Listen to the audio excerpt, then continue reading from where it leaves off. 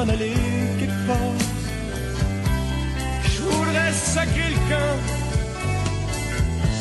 Plus ça va, plus ça devient mort. C'était plus beau avant. J'aimerais ça être paix chez moi, sans qu'on me mange le dos.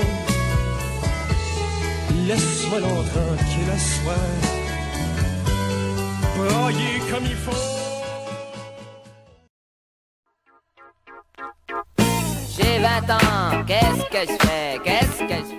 J'ai 20 ans et je me vois dans l'obligation d'effectuer mes premières démarches auprès de l'aide sociale. Comme j'habite chez mes parents, ces derniers doivent remplir un formulaire signifiant qu'ils renoncent à leurs droits parentaux. Encore. Le fonctionnaire me parle de perspectives d'emploi. Mais je n'ai pas d'études, pas d'expérience, peu de motivation et je vis du stress face à l'avenir. Sans trop savoir, je finis par m'inscrire à un diplôme d'études collégiales en secrétariat. Qu'est-ce que je vais faire aujourd'hui? Qu'est-ce que je vais faire demain? C'est ce que je me dis tous les matins. 23 ans, DEP en poche, le sort continue à m'envoyer des coups durs. Mon père meurt, je dois donc me trouver un appartement, je dois aussi me trouver un travail. Je veux travailler, mais je n'ai pas de voiture, pas d'argent pour me rendre à un boulot, je n'ai pas d'argent non plus pour m'acheter des vêtements convenables. Je voudrais, moi aussi, être un peu coquette afin de plaire à un employeur éventuel. L'image, c'est important. Et puis, je dois sans cesse me battre pour survivre avec mes 595 $ par mois. Je t'aime à la folie, je t'aime à la folie. Je t'aime à la folie, je t'aime à la folie. Je t'aime à la folie, je t'aime à la folie. La vie. Avec mon amoureux, je quitte pour la Beauce. Mais là-bas, la ronde des rencontres reprend. Je ne trouve pas de travail. Retour à la case départ. Rencontre avec l'agent de l'aide sociale, l'agent d'accès travail, l'agent de ceci, l'agent de cela. Et puis la Beauce, c'est bien beau, mais comme c'est situé près des frontières américaines, alors tu dois pouvoir parler anglais si tu veux travailler. Et moi, l'anglais, je n'y comprends rien. L'aide sociale me donne tout de même 100 $ de plus par mois afin que je m'inscrive à un cours d'immersion anglaise.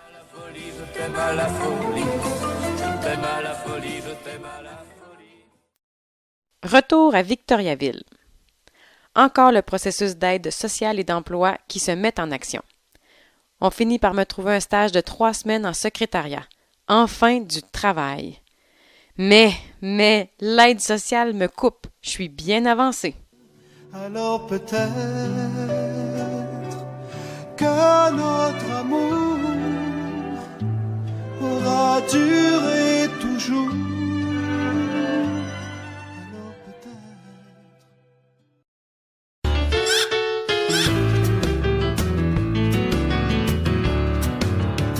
Il y a un bébé dragon dans la salle de bain. Il y a un bébé dragon. J'accouche d'une jolie petite fille, mais ma situation ne s'améliore pas.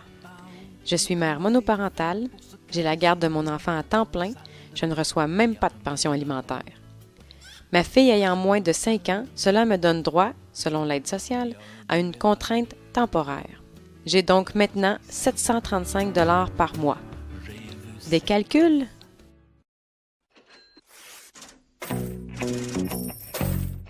Si tu as droit à la contrainte temporaire parce que tu as un enfant âgé de moins de 5 ans, tu reçois le même montant qu'un individu qui bénéficie de cette mesure et qui est, lui, sans enfant.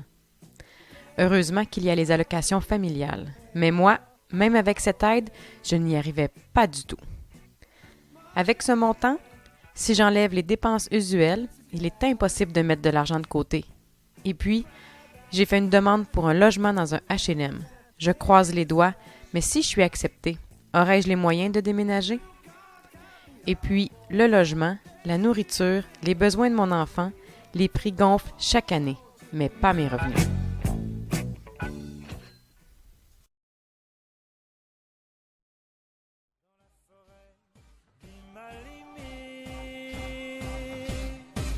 Dans la forêt des mal-aimés, chaque arbre est un ombre oublié. chaque feuille, une âme délaissée dans la forêt. J'obtiens, enfin, un emploi.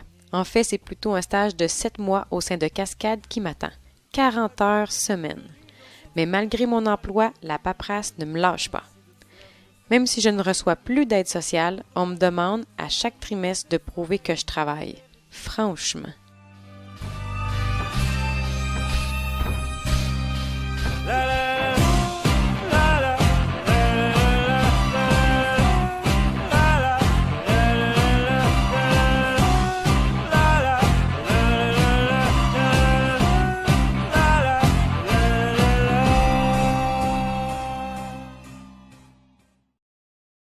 Je n'ai pas de voiture, alors je covoiture avec une collègue qui part et qui arrive quand ça lui chante. Pas facile d'expliquer cela au patron. Ma mère s'occupe de ma fille lorsque je travaille en dehors des heures de la garderie. J'ai gonflé ma facture d'épicerie en prévision de mes lunchs de la semaine et puis je me suis même procuré de nouveaux vêtements. I need a job, not a government plan. All I wanna do is work with my two hands. Gonna fire up the truck, head up the Aucun emploi à l'horizon. Je retourne à l'aide sociale, qui me retourne à Emploi Québec, qui me retourne à Accès Travail. Quand je fais des calculs, je commence à me dire que je suis mieux sur l'aide sociale.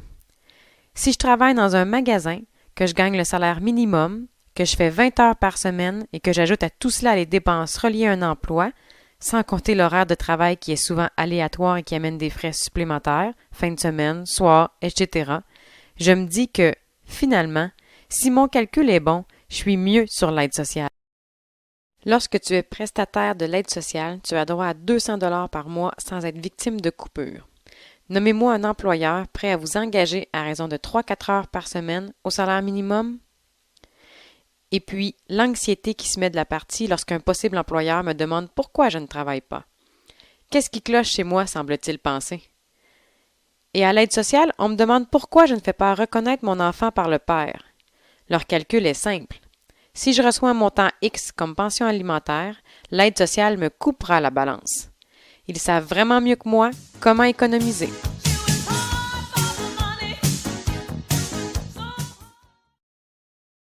Au mois d'août de chaque année, l'aide sociale me donne 80 $ afin de m'aider lors de la rentrée scolaire de mon enfant. Mais 80 $, c'est bien peu quand on sait que les frais scolaires, excluant l'achat de matériel scolaire, les souliers, les vêtements, etc., sont de 79 $. Tous les chemins mènent en enfer. Et quand tu vois la porte en fer, il est trop tard pour te repère. Retour au concessionnaire. Toutes les routes meurent sur terre. Les morts ont appris à se taire. Et je cry, baby, who? Pressure.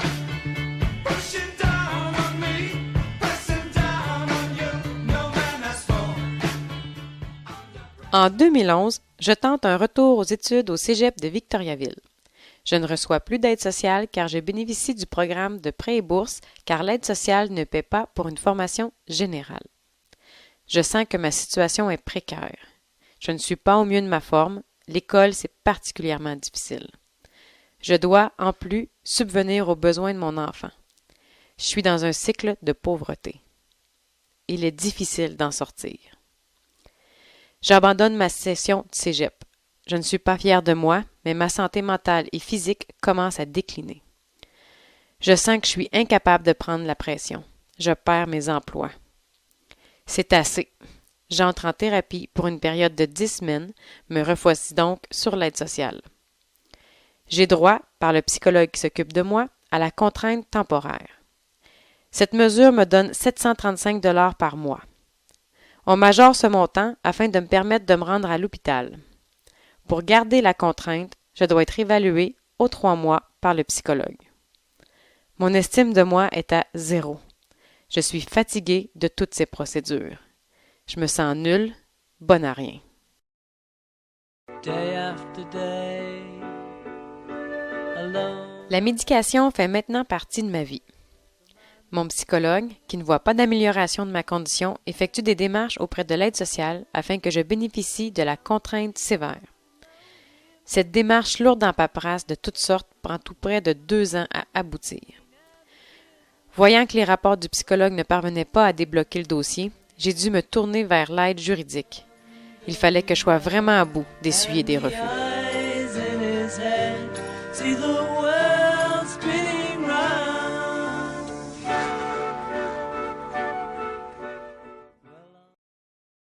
Ma dignité est atteinte, ma dignité de femme, de mère. Ma fille existe, elle grandit, elle a des besoins, des goûts que je ne peux lui offrir. Elle aimerait suivre un cours de cheerleading, mais ce cours coûte 800 $. Elle est victime de railleries par les autres enfants, elle vit dans la misère et dans la pauvreté. Mais elle n'a rien demandé, ce n'est surtout pas de sa faute. Pour tout cela, je dois continuer à me battre. Je n'y connais pas grand-chose, mais je vais demander l'aide de la justice. Je suis celui qui marche quand le bonheur en arrache, quand l'amour le chatouille, quand la vie le bafouille, toujours vivant. Je suis celui qui regarde en avant.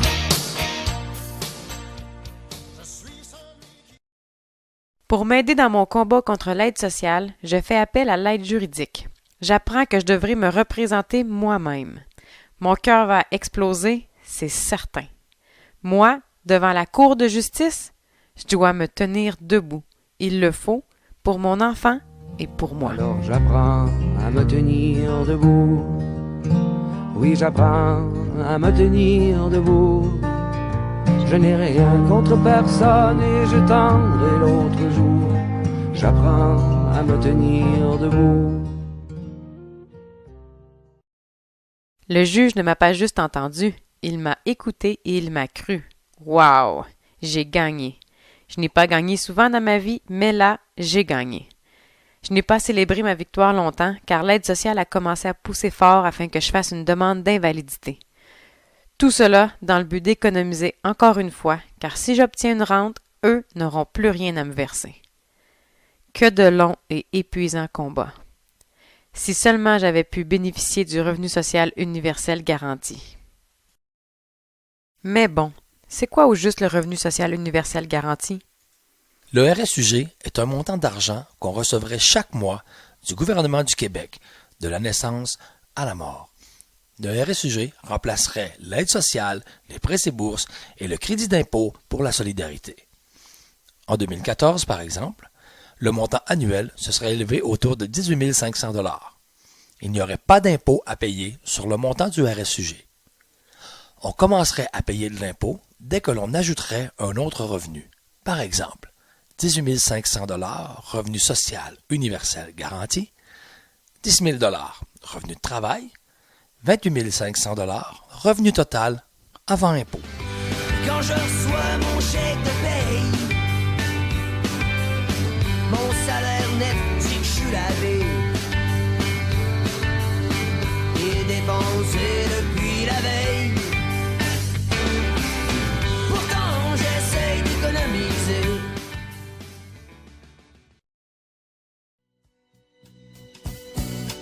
Et si tu n'existais pas, dis-moi pourquoi j'existerais. Comme le montant du RSUG aurait été suffisant pour assurer mes besoins de base, je n'aurais pas eu à livrer un si dur combat contre le système afin d'obtenir un montant me permettant d'avoir droit à un logement décent, des meubles, des soins personnels, des vêtements, des produits ménagers. Qui sait, j'aurais peut-être pu avoir une voiture ou du moins les moyens d'utiliser un transport? Avec le RSUG, j'aurais Internet, le téléphone et quelques chaînes de télévision intéressantes pour mon enfant et pour moi. Et puis, le RSUG prévoit aussi une part pour les loisirs. J'aurais été un peu plus comme tout le monde. Dis-moi pour qui j'existerais. Ça changerait quoi d'autre pour le monde? Comme tout le monde recevrait ce montant, il n'y aurait plus de différence entre les personnes assistées sociales et celles qui ne le sont pas. Ça pourrait ressembler à la fin des préjugés. N'ayant aucune démarche à effectuer auprès des agents de toutes sortes, des enquêteurs et des gestionnaires de dossiers, ce serait la fin des inquiétudes, du stress, du manque d'estime de soi. Comme tout le monde aurait assez d'argent pour assurer ses besoins de base, la population aurait moins de problèmes de santé, de problèmes scolaires et juridiques. Le RSUG assurerait la dignité de tous et chacun. Le rôle des représentants du peuple dans la société, c'est pour permettre à chaque citoyenne et à chaque citoyen, à chaque femme et à chaque homme, quel que soit son lieu de naissance, quels que soient ses parents, quelles que soient ses difficultés physiques ou psychiques, c'est pour permettre à chaque être humain de s'épanouir, puis de se développer, puis de venir à sa grandeur maximum. Le contenu de ce document est tiré de faits réels. Il prend sa source autour d'une conversation entre Mme Jacinthe Lemieux, adjointe au regroupement des sans-emploi de Victoriaville, et de jeunes femmes de notre communauté. L'équipe du RSE salue son courage, sa franchise, sa détermination et surtout sa dignité. Alors on danse,